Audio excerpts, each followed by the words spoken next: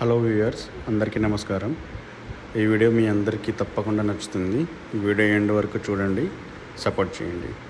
ఈరోజు మనం తెలుసుకోబోయే టాపిక్ ఎపిగాస్ట్రిక్ పెయిన్ కాజెస్. ఎపిగాస్ట్రియం అంటే మన కడుపు పై భాగాన ఉండే ఒక భాగము. దానిలో నొప్పికి గల కారణాలు ఈరోజు మనం తెలుసుకుందాము.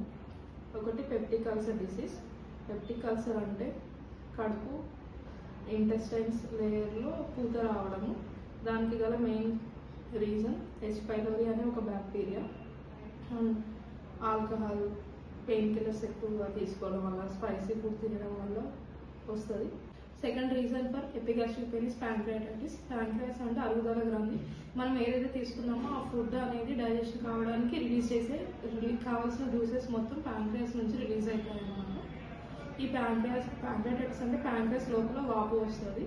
ఆ వాపు వల్ల మనకి పెయిన్ అనేది వస్తుంది. ఆ పెయిన్ రావడానికి మెయిన్గా ఆల్కహాల్ అండ్ గాల్ స్టోన్స్ అంటే పిత్తాశయంలో రాళ్ళు రావడము.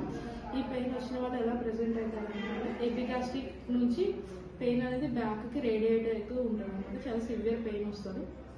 సో దీన్ని మనం స్కాన్ చేసి, అల్ట్రాసౌండ్ స్కాన్ చేసి, బ్లడ్ టెస్ట్ ద్వారా మనం డయాగ్నోస్ చేసి మనం ట్రీట్ చేయొచ్చు, డిటెక్ట్ చేసి ట్రీట్ చేయొచ్చు.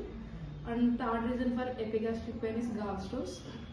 గాల్ స్టోన్స్ అనేది మెయిన్గా ఫీమేల్స్లో ఫ్యాట్ ఫుడ్ ఎక్కువగా తీసుకోవడం వల్ల వస్తుంది. And gall stones and CBD stone. CBD అంటే మనకి ఏదైతే పిత్తాశయం నుంచి ఇంటెస్టైన్కి కనెక్ట్ చేసే ఒక డక్ట్ అండి.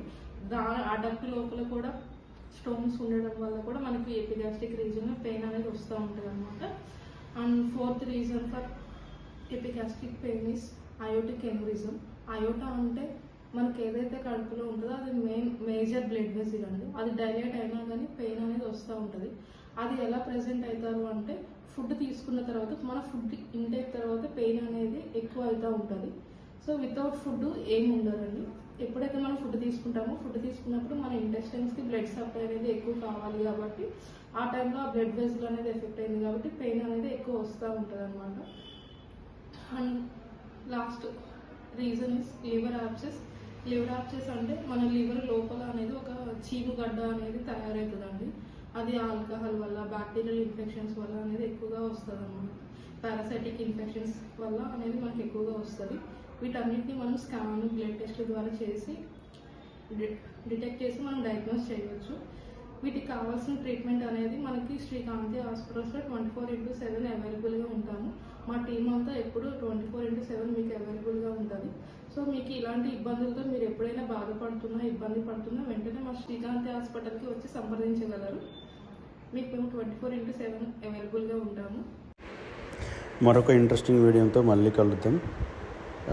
Please like, share, subscribe and comment.